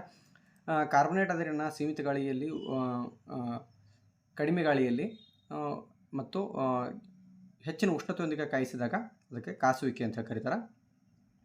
ಸೊ ಜೊತೆಗೆ ಹುರಿಯುವಿಕೆ ಅಂತಕ್ಕಂಥದ್ದು ಸಲ್ಫೈಡ್ ಅದುರುಗಳಿಗೆ ಮಾಡಿದರೆ ಕಾಸುವಿಕೆಯನ್ನು ಕಾರ್ಬೊನೇಟ್ ಅದುರಿಗೆ ಮಾಡುತ್ತಾರೆ. ಇನ್ನು ಎಲೆಕ್ಟ್ರಾನ್ಗಳ ವರ್ಗಾವಣೆಯಿಂದ ಸೋಡಿಯಂ ಕ್ಲೋರೈಡ್ ಅಣು ಉಂಟಾಗುವಿಕೆಯ ಎಲೆಕ್ಟ್ರಾನ್ ಚುಕ್ಕಿಚಿತ್ರದ ಸಹಾಯದಿಂದ ತೋರಿಸಿ ಅನ್ನುವಂಥ ಪ್ರಶ್ನೆ ಭಾಳಷ್ಟು ಮುಖ್ಯವಾಗಿರ್ತಕ್ಕಂಥದ್ದು ಮತ್ತು ಆಲ್ರೆಡಿ ನಮ್ಮ ಹಳೆಯ ವಿಡಿಯೋಗಳಲ್ಲಿ ನಾವು ಅವುಗಳ ಬಗ್ಗೆ ಡಿಸ್ಕಷನ್ ಮಾಡಿದ್ವಿ. ಸೊ ಮುಂದಿನ ಪ್ರಶ್ನೆ ನೋಡೋಣ. 3 ಅಂಕದ ಪ್ರಶ್ನೆಗಳು. ಕೆಳಗಿನ ಸಂಯುಕ್ತಗಳ ಅಣುಸೂತ್ರವನ್ನು ಬರೆಯಿರಿ ಮತ್ತು ಪ್ರತಿಯೊಂದರ 2 ಉಪಯೋಗಗಳನ್ನು ಬರೆಯಿರಿ ಅನ್ನುವಂಥದ್ದು. ಸೊ ಇಲ್ಲಿ ವಾಷಿಂಗ್ ಸೋಡಾ ಮತ್ತು ಪ್ಲಾಸ್ಟರ್ ಆಫ್ ಪ್ಯಾರಿಸ್ ಅನ್ನುವಂತಹ 2 ಸಂಯುಕ್ತಗಳ ಹೆಸರುಗಳನ್ನು ನೀಡಲಾಗಿದೆ. So washing soda Na2CO3 × 10H2O. So ಅದರ ಉಪಯೋಗಗಳು ಗಾಜು, ಸಾಬೂನು ಮತ್ತು ಕಾಗದ ಕೈಗಾರಿಕೆಗಳಲ್ಲಿ ಮತ್ತು ನೀರಿನ ಶಾಶ್ವತಗೊಳಿಸುತ್ತನೆಗಳನ್ನು ನಿವಾರಿಸಲು ಬಳಸುತ್ತಾರೆ. ಇನ್ನು ಪ್ಲಾಸ್ಟರ್ ಆಫ್ ಪ್ಯಾರಿಸ್ನ ಅಣುಸೂತ್ರ CaSO4 × 12H2O. ಸೊ ಇವುಗಳ ಉಪಯೋಗಗಳು ಮುರಿದ ಮೂಳೆಗಳನ್ನು ಸರಿಯಾದ ಸ್ಥಾನದಲ್ಲಿ ಇರಿಸಲು ಮತ್ತು ಆಟಿಕೆಗಳು ಮತ್ತು ಅಲಂಕಾರಿಕ ವಸ್ತುಗಳ ತಯಾರಿಕೆಯಲ್ಲಿ ಇದನ್ನು ಬಳಸುತ್ತಾರೆ ಅನ್ನುವಂಥದ್ದು. ಇನ್ನು ನೆಕ್ಸ್ಟ್ ಪ್ರಶ್ನೆ, ಸ್ಫಟಿಕೀಕರಣ ನೀರು ಎಂದರೇನು? ಕೆಳಗಿನವುಗಳಲ್ಲಿ ಬಳಸುವ ಲವಣಗಳನ್ನು ಹೆಸರಿಸಿ ಅನ್ನುವಂಥದ್ದು. ಸೊ ಸ್ಫಟಿಕೀಕರಣ ನೀರು ಅಂತ ಲವಣದ ಒಂದು ಸೂತ್ರ ಘಟಕದಲ್ಲಿರುವ ನೀರಿನ ಅಣುಗಳ ನಿರ್ದಿಷ್ಟ ಸಂಖ್ಯೆಯನ್ನು ಸ್ಫಟಿಕೀಕರಣ ನೀರು ಅಂತ ಹೇಳ್ಕತ್ತಿ. ಈ ಕೆಳಗಿನಲ್ಲಿರ್ತಕ್ಕಂತಹ ಲವಣಗಳನ್ನು ಹೆಸರಿಸಿ, ಕೆಳಗಿನವುಗಳಲ್ಲಿ ಬಳಸುವ ಲವಣಗಳನ್ನು ಹೆಸರಿಸಿ ಅನ್ನುವಂಥದ್ದು. ಸೊ ಇಲ್ಲಿ ಬೆಂಕಿ ಆರಿಸುವ ಉಪಕರಣದಲ್ಲಿ ಸೋಡಿಯಂ ಹೈಡ್ರೋಜನ್ ಕಾರ್ಬೊನೇಟನ್ನು ಬಳಸುತ್ತಾರೆ. ಇನ್ನು ಕಾಗದ ಕಾರ್ಖಾನೆಯಲ್ಲಿ ಮರದ ತಿರುಳನ್ನು ಚಲುವೆ ಮಾಡಲಿಕ್ಕೆ ಸೊ ಚಲುವೆ ಪುಡಿಯನ್ನು ಬಳಸುತ್ತಾರೆ. CaO Cl2 ಅನ್ನು ಬಳಸುತ್ತಾರೆ ಅನ್ನುವಂಥದ್ದು. ಸೊ ಮುಂದಿನ ಪ್ರಶ್ನೆ 23ನೇ ಪ್ರಶ್ನೆ. ಕೆಳಗೆ ಕೊಟ್ಟಿರುವ ಸಂಯುಕ್ತ ವಸ್ತುಗಳ ದ್ರಾವಣಗಳನ್ನು ಗಮನಿಸಿ ಮತ್ತು ಕೆಳಗಿನ ಪ್ರಶ್ನೆಗಳಿಗೆ ಉತ್ತರಿಸಿ ಅನ್ನುವಂಥದ್ದು. ಸೊ PB ಅನ್ನೋದ್ರ ಟ್ವೈಸ್ BaCl2 Na2SO4 ಮತ್ತು KI ಅಂತಕ್ಕಂತಹ ಸಂಯುಕ್ತಗಳನ್ನು ಹೆಸರುಗಳನ್ನು ನೀಡಲಾಗಿದೆ. ಸೊ ಈ ಪ್ರಶ್ನೆಯನ್ನು ಕೇಳಲಾಗಿದೆ ಏನು ಅಂತಕ್ಕಂಥದ್ದು ನೋಡೋಣ. ಬಿಳಿ ಬಣ್ಣದ ಪ್ರಕ್ಷೇಪವನ್ನು ಪಡೆಯಲು ಪರಸ್ಪರ ವರ್ತಿಸಬೇಕಾದ ದ್ರಾವಣಗಳು ಯಾವುವು? ಈ ಕ್ರಿಯೆಯ ವಿಧವನ್ನು ಹೆಸರಿಸಿ ಅನ್ನುವಂಥದ್ದು. ಸೊ ಬಿಳಿ ಬಣ್ಣದ ಪ್ರಕ್ಷೇಪವನ್ನು ಪಡೆಯಲಿಕ್ಕೆ BaCl2 ಮತ್ತು Na2SO4 ದ್ರಾವಣಗಳು ವರ್ತಿಸಬೇಕು. ಈ ಕ್ರಿಯೆಯ ವಿಧ ದ್ವಿಸ್ಥಾನಪಲಟ ಕ್ರಿಯೆ. ಇನ್ನು ಯಾವ ಧನ ಮತ್ತು ಋಣ ಅಯಾನುಗಳ ಸಂಯೋಜನೆಯಿಂದ ಈ ಪ್ರಕ್ಷೇಪವು ಉಂಟಾಗುವುದು ಅನ್ನುವಂಥದ್ದು ಕೇಳಲಾಗಿದೆ. ಬೇರಿಯಂ ಏನಿದೆ ಇದು ಸಲ್ಫೇಟ್ ಜೊತೆ ಸೇರಿಸಿದಾಗ ಅಯಾನುಗಳ ಸಂಯೋಜನೆಯಿಂದ ಬೇರಿಯಂ ಸಲ್ಫೇಟ್ ಪ್ರಕ್ಷೇಪ ಉಂಟಾಗುತ್ತದೆ ಅನ್ನುವಂಥದ್ದು.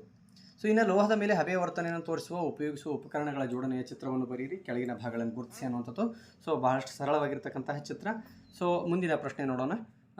4 ಅಂಕದ ಪ್ರಶ್ನೆ. ಕಾರ್ಬನ್ ಪರಮಾಣುಗಳು C4- ಆ್ಯನ್ ಅಯಾನ್ ಅಥವಾ C4+ ಕ್ಯಾಟ್ ಅಯಾನ್ಗಳನ್ನು ಉಂಟು ಮಾಡೋದಲ್ಲ ಏಕೆ ಅನ್ನುವಂಥದ್ದು. ಇನ್ನೊಂದು ಸಾಬೂನು ಸ್ವಚ್ಛಗೊಳಿಸುವ ಪ್ರಕ್ರಿಯೆ. ಸೊ ಆಲ್ರೆಡಿ ನಮ್ಮ ಚಾನಲಲ್ಲಿ ಇದ್ರ ಬಗ್ಗೆ ನಾವು ಬಹಳಷ್ಟು ಹೇಳಿದ್ವಿ. ಸೊ ಅದೇ ಕ್ವಶನ್ ಬಿದ್ದಿರ್ತಕ್ಕಂಥದ್ದು. ಕಾರ್ಬನ್ ಪರಮಾಣು C4- ಅಯಾನ್ಗಳನ್ನು ಉಂಟು ಮಾಡಲು 4 ಎಲೆಕ್ಟ್ರಾನ್ಗಳನ್ನು ಪಡೆದರೆ ನ್ಯೂಕ್ಲಿಯಸ್ ಆ ಹೆಚ್ಚಿನ ಎಲೆಕ್ಟ್ರಾನ್ ಹಿಡಿದಿಟ್ಟುಕೊಳ್ಳುವಷ್ಟು ಸಾಧ್ಯತೆ ಇರೋದಿಲ್ಲ. ಮತ್ತು C4+ ಅಯಾನ್ಗಳನ್ನು ಉಂಟು ಮಾಡಲು 4 ಎಲೆಕ್ಟ್ರಾನ್ಗಳನ್ನು ಕಳೆದುಕೊಳ್ಳಲಿಕ್ಕೆ ಅಗಾಧ ಪ್ರಮಾಣ ಶಕ್ತಿಯ ಅವಶ್ಯಕತೆ ಇರುತ್ತೆ. ಇದೆರಡು ಸಾಧ್ಯ ಇಲ್ಲ ಅನ್ನೋಂಥದ್ದು. ಇನ್ನು ಸಾಬೂನಿನ ಅಣುವು ಜಲಾಕರ್ಷಕ ಮತ್ತು ಜಲವಿಕರ್ಷಕ 2 ತುದಿಗಳನ್ನು ಹೊಂದಿರುತ್ತದೆ. ನೀರಿನಲ್ಲಿ ಇವುಗಳು ಮಿಸಲೆಗಳಂತಕ್ಕಂಥ ರಚನೆಯನ್ನು ಉಂಟು ಮಾಡುತ್ತವೆ. ಸೊ ಯಾವುದು ಜಲವಿಕರ್ಷಕ ತುದಿ ಇದೆಯೋ ಅದು ಕೊಳೆಯ ಕಡೆಗೆ ಮತ್ತು ಜಲಾಕರ್ಷಕ ತುದಿಯು ನೀರಿನ ಕಡೆ ಮುಖ ಮಾಡುತ್ತದೆ. ಸೊ ಹೆಚ್ಚಿನ ಪ್ರಮಾಣದಲ್ಲಿ ನೀರನ್ನು ಹಾಕಿ ತೊಳೆದಾಗ ಸೊ ಕೊಳೆಯನ್ನು ತೆಗೆದುಕೊಂಡು ಅದು ಸ್ವಚ್ಛವಾಗಿ ಹೋಗುತ್ತದೆ, ಬಟ್ಟೆ ಸ್ವಚ್ಛವಾಗುತ್ತದೆ ಅನ್ನೋಂಥದ್ದು. ಸೊ ಅಥವಾ ಅನ್ನುವಂಥ ಇನ್ನೊಂದು ಪ್ರಶ್ನೆ ಇದೆ. ಕೆಳಗಿನ ಅಣುಗಳ ಇಲೆಕ್ಟ್ರಾನ್ ಚುಕ್ಕಿ ರಚನೆಯನ್ನು ಬರೆಯಿರಿ ಅನ್ನೋದು. ಸೊ ನೈಟ್ರೋಜನ್ ಅಣು ಮತ್ತು ಈಥೀನ್ ಅಣು. ಸೊ ಇವೆರಡು ಬಹಳಷ್ಟು ಮುಖ್ಯವಾಗಿರ್ತಕ್ಕಂಥವುಗಳಾಗಿವೆ. ಇವುಗಳನ್ನು ಸಹ ನಮ್ಮ ಚಾನಲ್ನಲ್ಲಿ ನಾವು ಆಲ್ರೆಡಿ ಹೇಳಿದ್ವಿ, ಇವು ಪ್ರಶ್ನೆ ಬೀಳ್ತವೆ ಅನ್ನೋವಂಥದ್ರ ಬಗ್ಗೆ. ಸೊ ಇನ್ನು ಎಥೆನಾಲ್ ಎಥೆನಾಯಿಕ್ ಆಮ್ಲವೇ ಪರಿವರ್ತಿಸುವ ಉತ್ಕರ್ಷಣ ಕ್ರಿಯೆಯನ್ನು ವಿವರಿಸಿ ಅನ್ನುವಂತಹ ಪ್ರಶ್ನೆಯನ್ನು ನೀಡಲಾಗಿದೆ. ಸೊ ಇಲ್ಲಿ ಎಥೆನಾಲನ್ನು ಕ್ಷಾರೀಯ ಪೊಟ್ಯಾಸಿಯಂ ಪರಮಾಂಗನೇಟ್ ಅಥವಾ KMnO4ನೊಂದಿಗೆ ಕಾಯಿಸಿದಾಗ ಅದು ಆಕ್ಸಿಜನನ್ನು ಪಡೆದುಕೊಂಡು ಉತ್ಕರ್ಷಣಗೊಂಡು ಎಥೆನಾಯಿಕ್ ಆಮ್ಲವಾಗಿ ಪರಿವರ್ತನೆ ಆಗುತ್ತದೆ ಅನ್ನುವಂಥದ್ದು. ಸೊ ಇನ್ನು ಜೀವ ವಿಜ್ಞಾನ ವಿಭಾಗದ ಪ್ರಶ್ನೆಗಳಿಗೆ ಉತ್ತರವನ್ನು ನೋಡ್ತಾ ಹೋಗೋಣ. ಬಹು ಆಯ್ಕೆ ಪ್ರಶ್ನೆಗಳು. ಮೊದಲೇ ಪ್ರಶ್ನೆ. ಸೊ ಇಲ್ಲಿ ನೀರಿನ ಸಾಗಾಣಿಕೆಯಲ್ಲಿ ಪತ್ರರಂಧ್ರಗಳ ಪ್ರಮುಖ ಪಾತ್ರವೇನೆಂದರೆ ಅನ್ನುವಂಥ ಪ್ರಶ್ನೆಯನ್ನು ಕೇಳಲಾಗಿದೆ. ಸೊ ಇದಕ್ಕೆ ಸರಿಯಾದ ಉತ್ತರ ಆಪ್ಷನ್ ಡಿ, ಮೇಲ್ಮುಖ ಸೆಳೆತ ಸೃಷ್ಟಿಸುವುದು ಅನ್ನುವಂಥದ್ದು. ಸೊ ಮುಂದಿನ ಒಂದು ಪ್ರಶ್ನೆ. ಮಾನವನ ಜೀರ್ಣಾಂಗ ವ್ಯೂಹದಲ್ಲಿ ಆಹಾರವು ಮುಂದಕ್ಕೆ ಚಲಿಸಿದಂತೆ ಜೀರ್ಣಕ್ರಿಯೆಗೆ ಸಹಾಯಕವಾಗುವ ಕಿಣ್ವಗಳು ಕ್ರಮವಾಗಿ ಅನ್ನುವಂಥದ್ದಿದೆ. ಸೊ ಇಲ್ಲಿ ಸರಿಯಾದ ಆಯ್ಕೆ ಆಪ್ಷನ್ ಬಿ, ಅಮೈಲೇಸ್, ಪೆಪ್ಸಿನ್ ಮತ್ತು ಲೈಪೇಸ್ ಅಂತಕ್ಕಂತಹ ಆಪ್ಷನ್ ಸರಿಯಾಗಿದೆ ಅನ್ನುವಂಥದ್ದು. ಸೊ ಮುಂದಿನ ಪ್ರಶ್ನೆ. ಕೊಟ್ಟಿರುವ ಚಿತ್ರವನ್ನು ಗಮನಿಸಿ, ಇದರಲ್ಲಿ ಭಾಗ X ತೋರಿಸುವ ಪ್ರತಿಕ್ರಿಯೆಯು ಅನ್ನುವಂತಹ ಒಂದು ಅಂಶ ನೀಡಲಾಗಿದೆ. ಸೊ ಇದಕ್ಕೆ ಸರಿಯಾದ ಆಯ್ಕೆ ಆಪ್ಷನ್ ಎ, ಧನ ಸ್ಪರ್ಶಾನುವರ್ತನೆ ಮತ್ತು ನಿರ್ದೇಶಿತ ಚಲನೆ ಅನ್ನುವಂಥದ್ದು. ಸೊ ಇನ್ನು 29ನೇ ಪ್ರಶ್ನೆ. ಮುಂದಿನ ಪ್ರಶ್ನೆ 29ನೇ ಪ್ರಶ್ನೆ, 1 ಅಂಕದ ಪ್ರಶ್ನೆಗಳು. ಸೊ ಶಲಾಕಾಕರದ ಮೇಲೆ ಪರಾಗದ ಮೊಳಕೆಯ ತೋರಿಸ್ತಕ್ಕಂಥ ಚಿತ್ರವನ್ನು ಬರೀರಿ, ಭಾಳ ಸರಳವಾಗಿರ್ತಕ್ಕಂಥದ್ದು. ಸೊ ಇನ್ನು ನೆಕ್ಸ್ಟು 30ನೇ ಕ್ವಶನ್. ಕೆಳಗಿನವುಗಳಲ್ಲಿ ಕಾಯಜ ಸಂತಾನೋತ್ಪತ್ತಿಯಿಂದ ಬೆಳೆಸಬಹುದಾದ ಸಸ್ಯಗಳ ಗುಂಪುಗಳನ್ನು ಗುರುತಿಸಿ ಅನ್ನುವಂಥದ್ದು. ಸೊ ಬಾಳೆ, ಗುಲಾಬಿ ಮತ್ತು ದಾಸವಾಳ. ಬಾಳೆ, ಗುಲಾಬಿ ಮತ್ತು ದಾಸವಾಳ, ಇದು ಆರ್ ಏನಿದೆ. ಸೊ ಇದು ಸರಿಯಾದ ಉತ್ತರ. ಸೊ ಮುಂದಿನ ಪ್ರಶ್ನೆ. ಸಮುದ್ರ ತೀರದಲ್ಲಿರುವ ಗಂಡು ಆಮೆಗಳ ಸಂತತಿಯು ಇತ್ತೀಚಿನ ದಿನಗಳಲ್ಲಿ ಕ್ಷೀಣಿಸುತ್ತಿದೆ, ಇದಕ್ಕೆ ಕಾರಣವೇನು ಅನ್ನುವಂಥ ಪ್ರಶ್ನೆ. ಸೊ ಆಮೆಗಳಲ್ಲಿ ಮೊಟ್ಟೆಯೊಡೆಯುವಾಗ ಇರುವ ತಾಪಮಾನವು ಮರಿಯ ಲಿಂಗವನ್ನು ನಿರ್ಧರಿಸುತ್ತದೆ. ನೋಡಿರಿ, ಜಾಗತಿಕ ತಾಪಮಾನದ ಏರಿಕೆಯಿಂದಾಗಿ ಹೆಚ್ಚಿನ ತಾಪಮಾನದಲ್ಲಿ ಹೆಣ್ಣು ಮರಿಗಳು ಹೆಚ್ಚು ಜನಿಸುತ್ತವೆ. ಇದರಿಂದಾಗಿ ಗಂಡು ಆಮೆಗಳ ಸಂಖ್ಯೆ ಏನಾಗ್ತಾ ಇದೆ ಅಂತಂದರೆ ಕ್ಷೀಣಿಸುತ್ತಿದೆ. ಇದಕ್ಕೆಲ್ಲ ಕಾರಣ ಏನಂತಂದರೆ ಜಾಗತಿಕ ತಾಪಮಾನದ ಏರಿಕೆ ಅನ್ನುವಂಥದ್ದು. ಸೊ ಮುಂದಿನ ಪ್ರಶ್ನೆ 2 ಅಂಕದ ಪ್ರಶ್ನೆ. ಕೆಳಗಿನ ಹಾರ್ಮೋನ್ಗಳನ್ನು ಸ್ರವಿಸುವ ಗ್ರಂಥಿಗಳನ್ನು ಹೆಸರಿಸಿ, ಈ ಹಾರ್ಮೋನ್ಗಳ ಕಾರ್ಯಗಳನ್ನು ತಿಳಿಸಿ ಅನ್ನುವಂಥದ್ದು. ಸೊ ಇಲ್ಲಿ ಉತ್ತರವನ್ನು ನೋಡ್ತಾ ಹೋಗೋಣ. ಇನ್ಸುಲಿನ್ ಅಂತಕ್ಕಂಥದ್ದು ಮೇದೋಜಕ ಗ್ರಂಥಿಯಿಂದ ಸ್ರವಿಸುತ್ತದೆ ಮತ್ತು ರಕ್ತದಲ್ಲಿ ಸಕ್ಕರೆಯ ಪ್ರಮಾಣ ನಿಯಂತ್ರಿಸುತ್ತದೆ.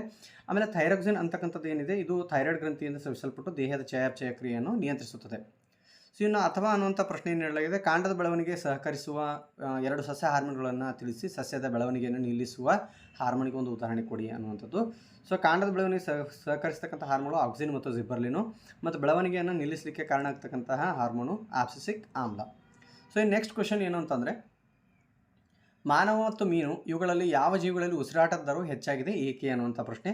ಸೊ ಮೀನಿನಲ್ಲಿ ಉಸಿರಾಟದ ದರವು ಹೆಚ್ಚಾಗಿರುತ್ತದೆ. ಗಾಳಿಯಲ್ಲಿರುವ ಆಕ್ಸಿಜನ್ ಪ್ರಮಾಣಕ್ಕೆ ಹೋಲಿಸಿದರೆ ನೀರಿನಲ್ಲಿ ಕರಗಿರುವ ಆಕ್ಸಿಜನ್ ಪ್ರಮಾಣ ತುಂಬ ಕಡಿಮೆ ಇರುವುದರಿಂದ ಅವು ತಮ್ಮ ಅಗತ್ಯವನ್ನು ಪೂರೈಸಿಕೊಳ್ಳಲು ವೇಗವಾಗಿ ಉಸಿರಾಡುತ್ತವೆ ಅನ್ನುವಂಥದ್ದು. ಸೊ ಮುಂದಿನ ಪ್ರಶ್ನೆ, ಕೆಳಗಿನ ಪ್ರಶ್ನೆಗಳ ಕೊಟ್ಟಿರುವ ಮಾನವನ ಮಿದುಳಿನ ಪ್ರತಿ ಭಾಗದ ಕಾರ್ಯವನ್ನು ತಿಳಿಸಿ ಅನ್ನುವಂಥದ್ದು. ಮಹಾಮಸ್ತಿಷ್ಕ, ಅಣುಮಸ್ತಿಷ್ಕ ಮತ್ತು ಮೆಡುಲ್ಲ. ಸೊ ಮಹಾಮಸ್ತಿಷ್ಕ ಅನ್ನುವಂಥದ್ದು ಆಲೋಚನೆ, ಸ್ಮರಣೆ ಮತ್ತು ಐಚ್ಛಿಕ ಕಾರ್ಯಗಳನ್ನು ನಿಯಂತ್ರಿಸುತ್ತದೆ. ಸೊ ಅಣುಮಸ್ತಿಷ್ಕ ಅನ್ನುವಂಥದ್ದು ದೇಹದ ಸಮತೋಲನ, ನಿಲುವು ಮತ್ತು ನಿಖರವಾದ ಚಲನೆಯನ್ನು ನಿಯಂತ್ರಿಸುತ್ತದೆ. ಮೆಡುಲ ಅಂತಕ್ಕಂಥದ್ದು ಉಸಿರಾಟ, ಹೃದಯ ಬಡಿತದಂತಹ ಅನೈಚ್ಛಿಕ ಕ್ರಿಯೆಗಳನ್ನು ನಿಯಂತ್ರಿಸುತ್ತದೆ ಅನ್ನುವಂಥದ್ದು. ಸೊ ಇನ್ನು ಮುಂದಿನ ಪ್ರಶ್ನೆ, ಕೆಳಗಿನವುಗಳನ್ನು ವ್ಯಾಖ್ಯಾನಿಸಿ ಅನ್ನುವಂಥದ್ದು. ಆಹಾರ ಸರಪಳಿ ಮತ್ತು ಜೈವಿಕ ಸಂವರ್ಧನೆ. ಸೊ ಆ ಪರಿಸರ ವ್ಯವಸ್ಥೆಯಲ್ಲಿ ಜೀವಿಗಳ ನಡುವೆ ಶಕ್ತಿಯು ಆಹಾರ ರೂಪದಲ್ಲಿ ವರ್ಗಾವಣೆ ಆಗುವ ಸರಣಿಯನ್ನು ಸೊ ಆಹಾರ ಸರಪಳಿ ಅಂತ ಕರಿತೀವಿ. ಜೈವಿಕ ಸಂವರ್ಧನೆ ಅಂತಕ್ಕಂಥದ್ದು ಆಹಾರ ಸರಪಳಿಯ ವಿವಿಧ ಸ್ತರಗಳಲ್ಲಿ ವಿಘಟನೆಯಾಗದ ರಾಸಾಯನಿಕ ವಸ್ತುಗಳ ಸಾಂದ್ರತೆಯ ಹೆಚ್ಚಾಗುವ ಪ್ರಕ್ರಿಯೆ ಅಥವಾ ವಿಷವಸ್ತುವಿನ ಹೆಚ್ಚಾಗುವ ಪ್ರಕ್ರಿಯೆಯನ್ನು ಜೈವಿಕ ಸಂವರ್ಧನೆ ಅಂತ ಹೇಳಿ ಕರಿತೀವಿ. ಇನ್ನೊಂದರ ಜೊತೆಗೆ ಓಝೋನ್ನ ಪ್ರಾಮುಖ್ಯತೆಯನ್ನು ತಿಳಿಸಿ ಅನ್ನುವಂಥದ್ದು. ಸೊ ಇದು ಸೂರ್ಯನಿಂದ ಬರುವ ಹಾನಿಕಾರಕ ನಿರಳಾತೀತ ಕಿರಣಗಳನ್ನು ಹೀರಿಕೊಂಡು ಭೂಮಿಯ ಮೇಲಿರುವ ಜೀವಿಗಳನ್ನು ರಕ್ಷಣೆ ಮಾಡುವಂಥ ಕೆಲಸವನ್ನು ಮಾಡುತ್ತದೆ ಅನ್ನುವಂಥದ್ದು. ಸೊ ಮುಂದಿನ ಪ್ರಶ್ನೆ, ಜೈವಿಕ ವಿಘಟನೀಯ ವಸ್ತುಗಳೆಂದರೇನು? ವಿಘಟಕ ಜೀವಿಗಳಿಗೆ 2 ಉದಾಹರಣೆಗಳನ್ನು ಬರೆಯಿರಿ ಅನ್ನುವಂಥದ್ದು. ಸೊ ಸೂಕ್ಷ್ಮಜೀವಿಗಳ ಕ್ರಿಯೆಯಿಂದ ನೈಸರ್ಗಿಕ ವಿಘಟನೆಗೊಂಡು ಮಣ್ಣಿಗೆ ಸೇರ್ತಕ್ಕಂಥ ವಸ್ತುಗಳನ್ನು ವಿಘಟಕ ಜೀವಿಗಳಿಗೆ ಆ ಜೈವಿಕ ವಿಘಟನೀಯ ವಸ್ತುಗಳಂತ ಕರಿತೀವಿ. ವಿಘಟಕ ಜೀವಿಗಳಿಗೆ 2 ಉದಾಹರಣೆಗಳನ್ನು ಇಲ್ಲಿ ಹೇಳಲಿಕ್ಕೆ ಬ್ಯಾಕ್ಟೀರಿಯಾ ಮತ್ತು ಶಿಲೀಂಧ್ರ ಅಂತಕ್ಕಂಥದ್ದು. ಇನ್ನು ಬಿ, ಯಾವ ಸಂಶ್ಲೇಷಿತ ರಾಸಾಯನಿಕವು ಓಝೋನ್ ಪದರ ಕುಸಿತಕ್ಕೆ ಕಾರಣವಾಗಿದೆ ಅನ್ನುವಂಥದ್ದು. ಸೊ ಕ್ಲೋರೋಫ್ಲೋರೋ ಕಾರ್ಬನ್ ಅಂತಕ್ಕಂಥ ಒಂದು ಅಂಶ, ಒಂದು ರಾಸಾಯನಿಕ. ಸೊ ಮುಂದಿನ ಪ್ರಶ್ನೆ, ಕೆಂಪು ಹೂ ಬಿಡುವ ಬಟಾಣಿ ಸಸ್ಯವನ್ನು ಬಿಳಿ ಹೂ ಬಿಡುವ ಬಟಾಣಿ ಸಸ್ಯದೊಂದಿಗೆ ಅಡ್ಡ ಹಾಯಿಸಲಾಗಿದೆ. F2 ಪೀಳಿಗೆಯ ಫಲಿತಾಂಶವನ್ನು ಚಕ್ಕರ್ ಬೋರ್ಡ್ನ ಸಹಾಯದಿಂದ ತೋರಿಸಿ F2 ಪೀಳಿಗೆಯಲ್ಲಿ ದೊರೆತ ಸಸ್ಯಗಳ ವ್ಯಕ್ತರೂಪ ಮತ್ತು ಜೀನ್ ನಮೂನೆ ಅನುಪಾತವನ್ನು ಬರೆಯಿರಿ ಅನ್ನುವಂಥದ್ದು. ಸೊ ಇದ್ರ ಬಗ್ಗೆ ಆಲ್ರೆಡಿ ನಾವು ನಮ್ಮ ಹಳೆ ಚಾನಲ್ನಲ್ಲಿ ಬಹಳ ಸಾರಿ ಈ ಒಂದು ವಿಡಿಯೋವನ್ನು ಪ್ರಸಾರ ಮಾಡಿದ್ವಿ. ಸೊ ಅದಕ್ಕೆ ತಕ್ಕಂತೆ ಇದು ಏಕತಳೀಕರಣ ಚಕ್ರ ಬೋರ್ಡ್ಗೆ ಸಂಬಂಧಪಟ್ಟಂತೆ ಕ್ಯಾಪಿಟಲ್ ಟಿ, ಸ್ಮಾಲ್ ಟಿ ಏನು ಚಕ್ರ ಬೋರ್ಡ್ ಬರುತ್ತೆ ಅದೇ ಸೇಮ್ ಬರುತ್ತೆ. ಆದರೆ ಇಲ್ಲಿ ಕ್ಯಾಪಿಟಲ್ ಆರ್ ಸ್ಮಾಲ್ ಆರ್ ಏನಿದೆ ಅದ್ರ ಬದಲು ಇದನ್ನು ಅದರಲ್ಲಿ ಮೆನ್ಷನ್ ಮಾಡಿ ಬರೆದಾಗ ನಮಗೆ ಇದಕ್ಕೆ ಉತ್ತರ ಸಿಗುತ್ತೆ. ಸೊ ಇನ್ನು 37ನೇ ಪ್ರಶ್ನೆ, ಮಾನವನ ಹೃದಯದ ಛೇದ ನೋಟವನ್ನು ತೋರಿಸುವ ಅಂದವಾದ ಚಿತ್ರ ಬರೆದು ಭಾಗಗಳನ್ನು ಗುರುತಿಸಿ ಅಂತಕ್ಕಂಥದ್ದು. ಸೊ ಸೆಪ್ಟಮ್ ಮತ್ತು ಬಲ ಹೃತ್ಕಕ್ಷೆಯನ್ನು ಗುರುತಿಸಬೇಕು. ಸೊ ಇನ್ನೊಂದು ಮುಂದಿನ ಪ್ರಶ್ನೆ 38ನೇ ಪ್ರಶ್ನೆ, ಕೊನೆಯ ಪ್ರಶ್ನೆ, ವೆರಿ ಇಂಪಾರ್ಟೆಂಟ್ ಆಗಿತ್ತು ಮತ್ತು ಬಹಳಷ್ಟು ನಾವು ನಮ್ಮ ಚಾನಲ್ನಲ್ಲಿ ನಾವು ರಿಪೀಟ್ ಮಾಡಿ ಹೇಳಿರ್ತಕ್ಕಂಥ ಕ್ವಶನ್ಸ್ಗಳೇ ಇವಾಗಿವೆ. ಸೊ ನೋಡೋಣ ನಾವು ಏನೇನಂತ ಕೇಳಿದ್ದಾರೆ ಅಂತ. ಮೊದಲದು, ನಿಷೇಚನಗೊಂಡ ಅಂಡವು ಸ್ತ್ರೀಯ ಗರ್ಭಕೋಶದಲ್ಲಿ ಹೇಗೆ ಭ್ರೂಣವಾಗಿ ಬೆಳೆಯುತ್ತದೆ? ತಾಯಿಯ ಗರ್ಭಕೋಶದಲ್ಲಿ ಭ್ರೂಣಾಂಕರವು ಹೇಗೆ ಪೋಷಣೆಯನ್ನು ಪಡೆಯುತ್ತದೆ? ವಿವರಿಸಿ ಅನ್ನುವಂಥದ್ದು. ಅದರ ಜೊತೆಗೆ ನಿಷೇಚನ ನಂತರ ಹೂವಿನಲ್ಲಿ ಆಗುವ ಬದಲಾವಣೆಗಳು ಯಾವುವು ಅನ್ನುವಂಥದ್ದು. ಸೊ ಇಲ್ಲಿ ನಿಷೇಚನಗೊಂಡ ಅಂಡವು ವಿಭಜನೆಗೊಂಡು ಭ್ರೂಣವಾಗಿ ಮಾರ್ಪಡುತ್ತದೆ ಮತ್ತು ಗರ್ಭಕೋಶದ ಒಳಪದರಿನಲ್ಲಿ ನಾಟಿಯಾಗುತ್ತದೆ. ಭ್ರೂಣವು ತಾಯಿಯ ರಕ್ತದಿಂದ ಪ್ಲಸೆಂಟಾ ಅಥವಾ ಈ ಪ್ಲಸೆಂಟಾ ಎಂಬ ವಿಶೇಷ ಅಂಗಾಂಶ, ಜರಾಯು ಅಂತ ಹೇಳಿ ಕರಿತೀವಿ, ಆ ಅಂಗಾಂಶದ ಮೂಲಕ ಪೋಷಣೆ ಮತ್ತು ಆಕ್ಸಿಜನ್ ಪಡೆಯುತ್ತದೆ. ಇನ್ನು ಹೂವಿನಲ್ಲಿ ನಿಷೇಚನದ ನಂತರವು ಅಂಡವು ಹಣ್ಣಾಗಿ ಬೆಳೆಯುತ್ತದೆ ಮತ್ತು ಅಂಡಗಳು ಬೀಜವಾಗಿ ಬೆಳೆಯುತ್ತವೆ ಅನ್ನುವಂಥದ್ದು. ಇನ್ನು ಅದರ ಜೊತೆಗೆ ಇನ್ನೊಂದು ಪ್ರಶ್ನೆಯನ್ನು ಕೇಳಲಾಗಿದೆ, ಅಥವಾ ಅನ್ನುವಂಥ ಪ್ರಶ್ನೆ. ಸೊ ಮಾನವನ ಸಾಮಾನ್ಯವಾಗಿ ಅನುಸರಿಸುವ ಯಾವುದಾದ್ರೂ 2 ಗರ್ಭ ನಿರೋಧಕ ವಿಧಾನಗಳನ್ನು ಪಟ್ಟಿ ಮಾಡಿ ಮತ್ತು ಋತುಚಕ್ರವು ಹೇಗೆ ಉಂಟಾಗುವುದು ವಿವರಿಸಿ. ಸ್ವಕೀಯ ಪರಕೀಯ ಪರಾಗಸ್ಪರ್ಶವನ್ನು ಯಾವುದಾದ್ರೂ 2 ವ್ಯತ್ಯಾಸಗಳನ್ನು ಬರೀರಿ ಅನ್ನೋದು ವೆರಿ ಈಸಿ ಆಗಿರ್ತಕ್ಕಂಥ ಕ್ವಶನು. ಗರ್ಭ ನಿರೋಧಕ ವಿಧಾನಗಳು ನೋಡಿದಾಗ ಕಾಂಡಮ್ನ ಬಳಕೆ, ಕಾಪರ್ ಟಿ ಅಳವಡಿಕೆ, ಗರ್ಭ ನಿರೋಧಕ ಮಾತ್ರೆಗಳ ಸೇವನೆ. ಇನ್ನು ಋತುಚಕ್ರದ ಬಗ್ಗೆ ಕೇಳ್ತಕ್ಕಂಥ ಹೇಗೆ ಉಂಟಾಗುತ್ತದೆ ಅನ್ನುವಂಥದ್ದು. ಪ್ರತಿ ತಿಂಗಳು ಗರ್ಭಕೋಶವು ಭ್ರೂಣವನ್ನು ಸ್ವೀಕರಿಸಲು ತನ್ನ ಒಳಪದರವನ್ನು ದಪ್ಪವಾಗಿ ಸಿದ್ಧಪಡಿಸಿಕೊಳ್ಳುತ್ತದೆ. ನಿಷೇಚನ ನಡೆಯದಿದ್ದರೆ ಈ ಪದರವು ಒಡೆದು ರಕ್ತದ ರೂಪದಲ್ಲಿ ಹೊರಬರುತ್ತದೆ. ಇದನ್ನೇ ಋತುಚಕ್ರ ಅಂತ ಹೇಳ್ತೀವಿ. ಇನ್ನು ಸ್ವಕೀಯ ಪರಾಗಸ್ಪರ್ಶ, ಒಂದು ಹೂವಿನ ಪರಾಗರೇಣುಗಳು ಅದೇ ಹೂವಿನ ಅಥವಾ ಅದೇ ಸಸ್ಯದ ಮತ್ತೊಂದು ಹೂವಿನ ಪರಾಗವನ್ನು ತಲುಪುವುದನ್ನು ಸ್ವಕೀಯ ಪರಾಗಸ್ಪರ್ಶ ಅಂತ ಕರಿತೀವಿ. ಇನ್ನು ಪರಕೀಯ ಪರಾಗಸ್ಪರ್ಶ ಅಂತಕ್ಕಂಥದ್ದು ಒಂದು ಹೂವಿನ ಪರಾಗರೇಣುಗಳು ಅದೇ ಪ್ರಭೇದದ ಮತ್ತೊಂದು ಹೂವಿನ ಶಲಾಕಾಗ್ರವನ್ನು ತಲುಪುವುದಕ್ಕೆ ಪರಕೀಯ ಪರಾಗಸ್ಪರ್ಶ ಅಂಥೇಳಿ ಕರಿತೀವಿ. ಸೊ ಮುದ್ದು ವಿದ್ಯಾರ್ಥಿಗಳೇ, ಇಷ್ಟು ಇವತ್ತು ನಡೆದಿರ್ತಕ್ಕಂಥ ವಿಜ್ಞಾನ ವಾರ್ಷಿಕ ಪರೀಕ್ಷೆಯ ಕೀ ಉತ್ತರಗಳಾಗಿವೆ. ಸೊ ಯಾರ್ಯಾರು ಎಷ್ಟೆಷ್ಟು ಅಂಕಗಳನ್ನು ಪಡೆದಿದ್ದೀರಿ ಅಂತಕ್ಕಂಥದ್ದನ್ನು ನೋಡ್ಕೊಳ್ಳಿ. ಸೊ ಇದೇ ರೀತಿಯಾಗಿ ನಾವು ಮುಂದಿನ ಸಬ್ಜೆಕ್ಟ್ಗಳಿಗೂ ಸಂಬಂಧಪಟ್ಟಂತೆ ಬಹಳಷ್ಟು ವಿಡಿಯೋಗಳನ್ನು ಅಪ್ಲೋಡ್ ಮಾಡೋರಿದ್ದೇವೆ. ಸೊ ತಾವೆಲ್ಲರೂ ನಮ್ಮ ಚಾನಲನ್ನು ಲೈಕ್ ಮಾಡಿ, ಶೇರ್ ಮಾಡಿ ಮತ್ತು ಸಬ್ಸ್ಕ್ರೈಬ್ ಮಾಡಿ ಅಂತ ಹೇಳ್ತಾ ವಿಡಿಯೋನ ಇಲ್ಲಿಗೆ ಮುಕ್ತಾಯ ಮಾಡ್ತಿದ್ದೀನಿ. ಟೇಕ್ ಕೇರ್, ಬಾಯ್ ಬಾಯ್.